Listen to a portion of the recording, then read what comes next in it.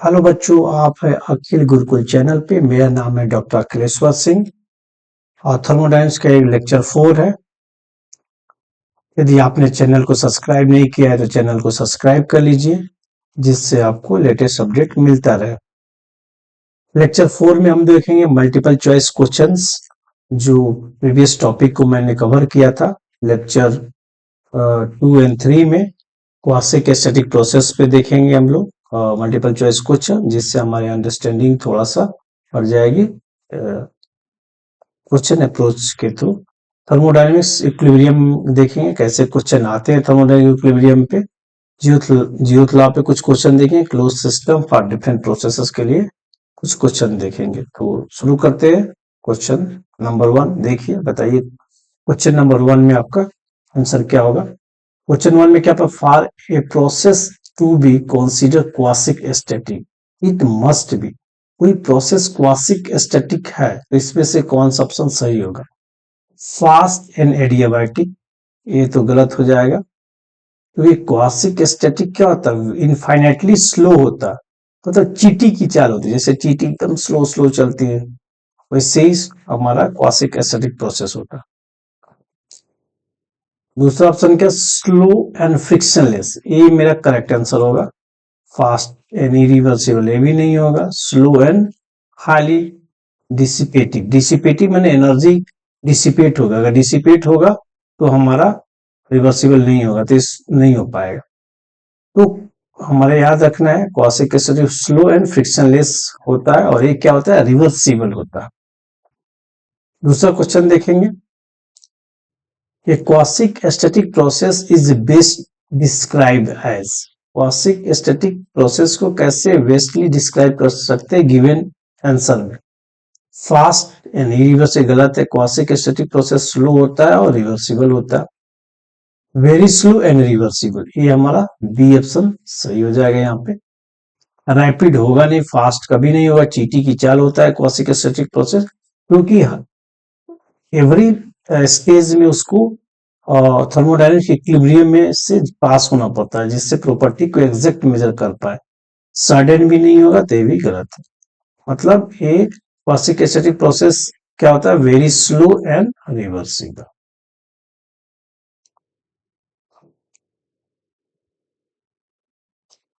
देखिए question number 3 में क्या है, the term quasi static implies that the process quasi occur infinitely fast, गलत है, वेरी फास्ट होता नहीं, क्योंकि चींटी की चाल होता है quasi process, quasi static process.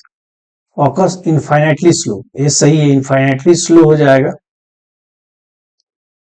B answer सही है। ऑलवेज एडियाबैटिक गलत है। हैज कांस्टेंट वॉल्यूम, ये भी गलत है। जो क्वासिक स्टैटिक प्रोसेस होता है इनफाइनाइटली स्लो होता है, जिससे प्रत्येक जो स्टेप है वो थर्मोडायनेमिक इक्विलिब्रियम में,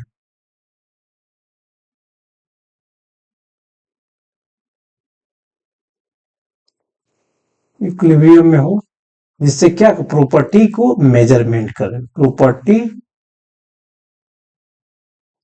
को मेजरमेंट कर पाए एवरी स्टेप में। तो जो भी कोई भी प्रोसेस थर्मोडायनेमिक इक्विलिब्रियम में, अभी इसका प्लॉट आप कर पाएंगे क्योंकि वहां पे वेल डिफाइंड प्रॉपर्टी होता है। तो अभी मैंने 1 से 2 कोई प्रोसेस बनाया पीवी डायग्राम पे, मतलब ये क्या है, क्वासिक स्टैटिक प्रोसेस है, तो बहुत स्लो प्रोसेस है और फ्रिक्शन भी नहीं होना चाहिए।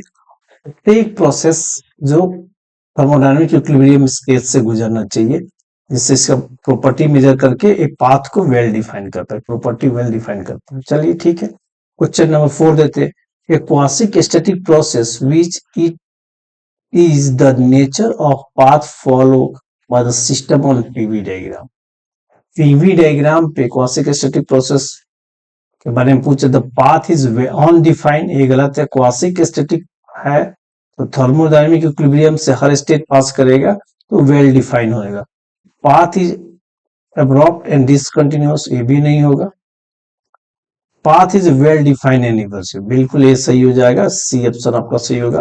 कि क्वासिक स्टैटिक प्रोसेस हुआ है तो ईच एंड एवरी स्टेप जो है थर्मोडायनेमिक इक्विलिब्रियम से पास होता है। थर्मोडायनेमिक इक्विलिब्रियम से ईच एंड एवरी स्टेट पास हुआ है तब वेल डिफाइंड प्रॉपर्टी, अगर वेल डिफाइंड प्रॉपर्टी है तो हम पीवी डायग्राम पे एग्जैक्टली हम लोग प्लॉट कर सकते हैं ग्राफ। चलिए क्वेश्चन नंबर 5 देखिए क्या, सिस्टम इज थर्मोडायनेमिक इक्विलिब्रियम। अब कोई सिस्टम थर्मोडायनेमिक इक्विलिब्रियम में तो क्या होगा, मैकेनिकल इक्विलिब्रियम में होगा, ये तो ठीक ही है। थर्मल इक्विलिब्रियम में होगा, ये भी होता है। केमिकल इक्विलिब्रियम में ये भी होता। तो ये बोला मैकेनिकल इक्विलिब्रियम ओनली, तो इसीलिए गलत हो गया। ओनली मैकेनिकल इक्विलिब्रियम नहीं होता, मैकेनिकल थर्मल केमिकल तीनों में होता। तो थर्मल थर्मल इक्विलिब्रियम ओनली, तो ये भी गलत हो। ओनली ये टर्म नहीं आना चाहिए, ओनली। केमिकल इक्विलिब्रियम, ये भी गलत हो गया। Thermal, mechanical and chemical equilibrium simultaneously, एक साथ तीनों इक्विलिब्रियम अगर फॉलो करता है तब मेरा सिस्टम थर्मोडायनेमिक इक्विलिब्रियम में है। और एट दैट टाइम पर प्रॉपर्टी वेल डिफाइंड होता है और पीबी कर्व को ड्रॉ कर सकते हैं अगर थर्मोडायनेमिक इक्विलिब्रियम में है तो।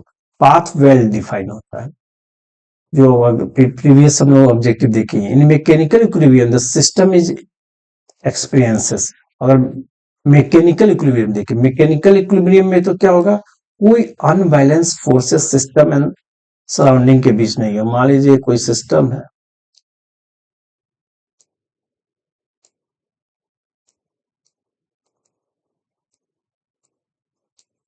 यदि ये मैकेनिकल इक्विलिब्रियम में तो सिस्टम एंड सराउंडिंग के बीच कोई अनबैलेंस फोर्स नहीं चाहिए, मैंने प्रेशर डिफरेंस शुड भी जीरो होना चाहिए पिस्टन एंड सराउंडिंग के बीच में। देखिए यूनिफॉर्म टेम्परेचर थ्रू आउट, ये गलत है क्योंकि थर्मल इक्विलिब्रियम में no unbalance forces acting within on the system, कोई अनबैलेंस फोर्स नहीं होना चाहिए, कोई अनबैलेंस प्रेशर या कोई अनबैलेंस फोर्स नहीं होना चाहिए। प्रेशर डिफरेंस या force difference continuous work on the system, ये गलत हो गया। क्लोज एंट्रोपी भी गलत हो गया। तो क्या हो जाएगा मैकेनिकल में, क्या no unbalance force acting within या ऑन द सिस्टम। चलिए system is said to be thermal equilibrium. Thermal equilibrium में मतलब क्या है, जो सिस्टम के अंदर जो हमारा सिस्टम है, मान लीजिए इसके अंदर गैस है, तो सिस्टम के हर एक प्लेस पे, यहाँ हो यहाँ हो यहाँ हो यहाँ हो यहाँ, यूनिफॉर्म टेम्परेचर होना चाहिए, कहीं भी टेम्परेचर शुड भी यूनिफॉर्म होना चाहिए। तो क्या बोला, तो there is no change in temperature within the system, ये सही ऑप्शन है। There is no change in temperature within the, correct answer है। टेम्परेचर शुड भी क्या होना चाहिए, थर्मल इक्विलिब्रियम में तो टेम्परेचर क्या होना चाहिए, uniform.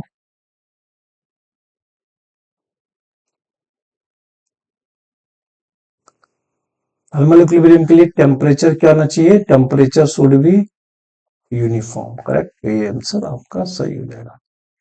Which of the following is a condition for chemical equilibrium? Chemical equilibrium में क्या होना चाहिए, कोई केमिकल रिएक्शन नहीं होना, there is no net chemical reaction occur within the system. System no heat is exchange, ये गलत हो गया। प्रेशर यूनिफॉर्म किस में होता है, मैकेनिकल इक्विलिब्रियम में। सिस्टम रेगुलर स्पॉन्टेनियस, ये भी गलत है। अब देखिए ये बोल रहा है for accurate measurement of property in A thermodynamic system must be, अगर एक्यूरेट प्रॉपर्टी मेजर करना है या वेल डिफाइंड प्रॉपर्टी है तो क्या होना चाहिए, सिस्टम क्या होना चाहिए बच्चे, थर्मोडायनेमिक इक्विलिब्रियम में होगा। सिस्टम हमारा थर्मोडायनेमिक इक्विलिब्रियम में होगा तभी वेल डिफाइंड पाथ होगा, वेल डिफाइंड प्रॉपर्टी होगा। देखिए जियोथ लॉ पे प्रॉब्लम है, zeroth law of thermodynamic state है, जियोथ लॉ को बोलते हैं energy can not be create not be used. ये कौन सा लॉ है, फर्स्ट लॉ ऑफ थर्मोडायनेमिक्स है। Heat will be spontaneous flow from hot to cold, second law में बोलता है if two system are in thermal equilibrium with a third system they are in thermal equilibrium, ये correct है। तो ये हमारा C option correct हो जाएगा। Entropy always increase in isolated system, ये भी इनकरेक्ट है क्योंकि सेकेंड लॉ है। Jouthe law of thermodynamics is primary concern with, Jouthe law of thermo primary किसके कंसर्न है? हीट ट्रांसफर, ये भी गलत है। प्रेशर इक्विलिब्रियम, ये भी गलत है। प्रेशर इक्विलिब्रियम की बात कौन करता है? Mechanical equilibrium. टेम्परेचर इक्विलिब्रियम, ये भी गलत। टेम्परेचर इक्विलिब्रियम के बारे में कौन बात करता है? टेम्परेचर इक्विलिब्रियम के बारे में बात करता है थर्मल इक्विलिब्रियम। तो ए गलत, सही, ए सही हो जाएगा। व्यूथला ही बात करता है इसके बारे में, तो ये हमारा सही हो जाएगा। ये ऑप्शन मेरा सही है। चेंज इन वॉल्यूम, ये गलत। Zeroth law of thermodynamics is use, zeroth law of thermodynamics कहाँ यूज करते हैं? Heat transfer, heat transfer measurement के लिए, ये भी गलत है। प्रेशर मेजरमेंट के लिए, ये भी गलत है। टेम्परेचर मेजरमेंट के लिए ये सही है। मतलब जीरोथ लॉ ऑफ थर्मोडायनेमिक्स कहाँ यूज करते हैं? टेम्परेचर मेजरमेंट के लिए, वॉल्यूम मेजरमेंट के लिए, ये भी गलत है।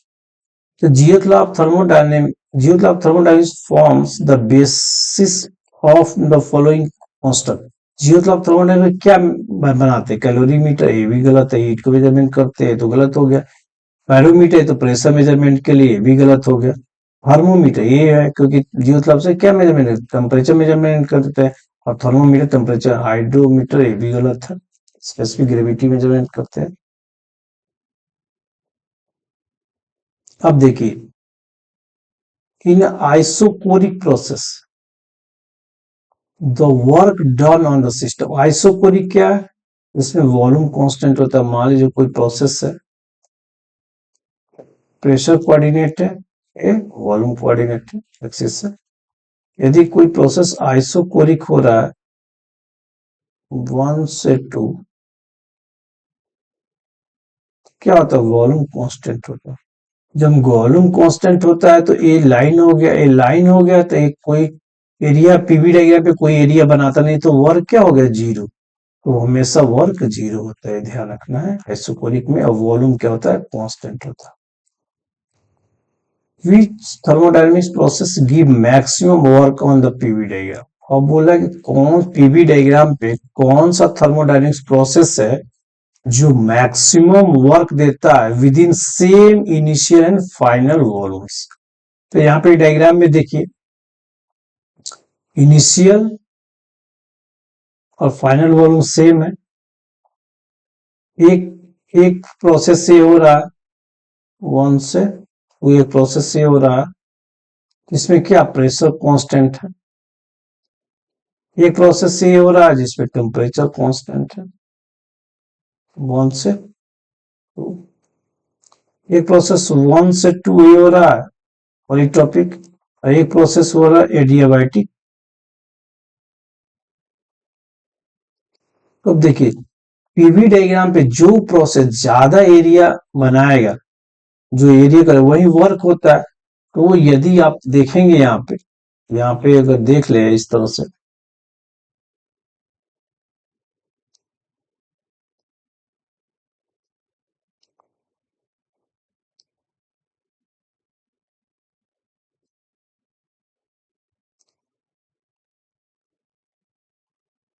प्रेशर इक्वल टू कांस्टेंट, तो इतना एरिया कवर कर रहा है।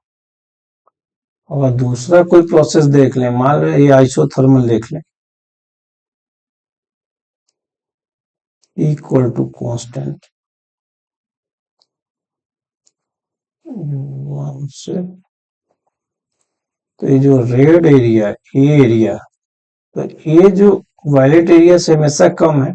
मतलब ये जो कांस्टेंट प्रेशर का एरिया होता है ना, सबसे ज्यादा होता है। इसीलिए सबसे ज्यादा वर्क किसमें होता है? आइसोबारिक प्रोसेस में। कांस्टेंट प्रेशर में हमेशा ज्यादा होता है, क्योंकि ये एरिया सबसे ज्यादा, अगर इसमें भी देखेंगे तो कांस्टेंट प्रेशर पूरा एरिया कवर करता है। तो एरिया कवर ज्यादा कांस्टेंट प्रेशर वाला करता है, इसलिए उसमें ज्यादा वर्क होता है। Which thermodynamic process give maximum slope on the PV curve? और कौन सा मैक्सिमम कर्व स्लोप देगा? Isothermal process, isobaric process, adiabatic process, all process have same. All process same तो होगा नहीं, तो ये कट हो गया। यहाँ पे ही देखते हैं, देखिए डायग्राम पीवी कर्व पे दिया हुआ, ये क्या है, कांस्टेंट प्रेशर कर्व है। तो कांस्टेंट प्रेशर कर्व का स्लोप क्या हो जाएगा, जो स्लोप कांस्टेंट प्रेशर पे क्या हो जाएगा, जीरो हो जाएगा। तो स्लोप यहाँ पे जीरो हो जाएगा क्योंकि स्ट्रेट लाइन है। उसके बाद क्या होगा, उसके बाद स्लोप, ए आइसोथर्मल प्रोसेस है, इसमें टेम्परेचर कांस्टेंट है। उसके बाद क्या है, एडियाबैटिक है। एडियाबैटिक में क्या होता है, हीट ट्रांसफर जीरो होता है और पी वी और गामा शुड बी कांस्टेंट और गामा इक्वल टू 1.4।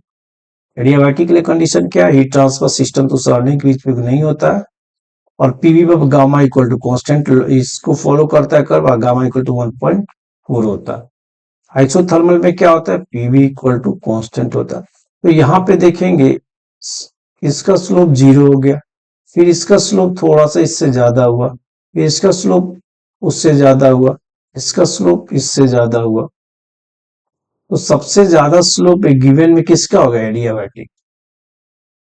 और यहाँ पे देखेंगे अगर पी वी और एक्स से अगर रिप्रेजेंट करते हैं, और एक्स क्या इंडेक्स, पॉलीटॉपिक इंडेक्स है, तो अगर एक्स जीरो है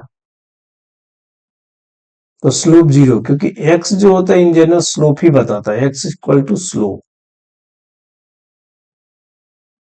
slope equal to tan theta. तो जिसका एक्स ज्यादा होगा, तो अभी एडियाबैटिक के लिए अगर एक्स देखेंगे तो गामा 1.4 है और एक्स कितना है, 1 है किसके लिए, आइसोथर्मल प्रोसेस के लिए। एक्स क्या है, जीरो है आइसो बारिक के लिए। एक्स क्या है, इन्फिनिटी है कांस्टेंट वॉल्यूम प्रोसेस के लिए, आइसोकोरिक के लिए। तो इसमें आइसोकोरिक नहीं है ना, तो सबसे ज्यादा इसका स्लोप होता है आइसोकोरिक का, 90 डिग्री पे रहेगा। तो यहाँ पे एडियाबैटिक हमारा सबसे करेक्ट आंसर है, एडियाबैटिक स्लोप ज्यादा होता है। Which thermodynamic process give maximum work done on the curve within the same initial and final volume? Maximum work कौन देगा, बताइए। गिवन ऑप्शन में मैक्सिमम वर्क कौन देने वाला, आइसोथर्मल देगा, आइसोकोरिक देगा, एडियाबैटिक देगा।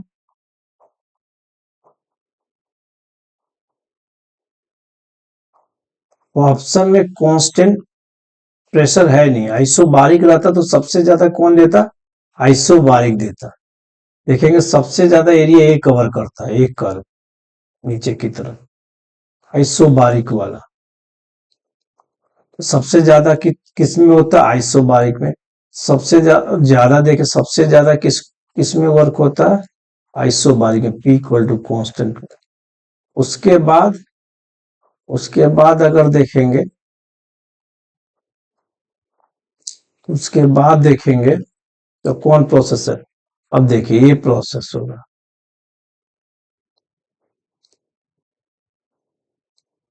ये प्रोसेस कौन सा है, इक्वल टू कॉन्स्टेंट आइसोथर्मल। उसके बाद वर्क किसमें होता है, इक्वल टू कॉन्स्टेंट आइसोथर्मल में। उसके बाद देखेंगे तो डब्ल्यू एडियाबैटिक,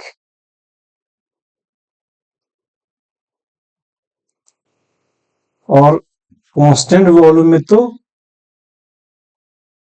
कांस्टेंट वॉल्यूम तो वर्क जीरो होता है। तो सबसे ज्यादा कांस्टेंट प्रेशर, फिर आइसोथर्मल, तो यहाँ पे आइसोथर्मल करेक्ट, क्योंकि आइसोकोरिक में जीरो हो जाएगा, एडियाबैटिक में उससे भी कम हो जाएगा, तो ये सही ऑप्शन होगा। ये भी ध्यान रखिएगा। देखिए जी, सबसे ज्यादा कॉन्सेंट्रेशन में इसके लिए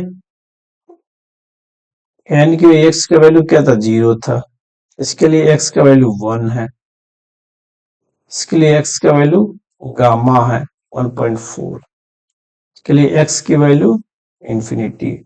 तो जिसके लिए एक्स का वैल्यू जितना कम है वर्क उतना ही ज्यादा है, ये भी ध्यान। कभी कोई पूछता है किसमें वर्क ज्यादा होता है, एक्स इक्वल टू 0 पे एक्स, जिसके लिए एक्स का वैल्यू कम होगा वर्क ज्यादा होगा, मतलब work directly proportional to 1/x index का, पॉलीट्रोपिक इंडेक्स। और पॉलीट्रोपिक इंडेक्स अगर ऐसे कर्व वाला फॉलो कर रहा है तो इस तरह का भी क्वेश्चन आ जाता है एग्जाम में। चलिए चलिए, thank you so much for watching.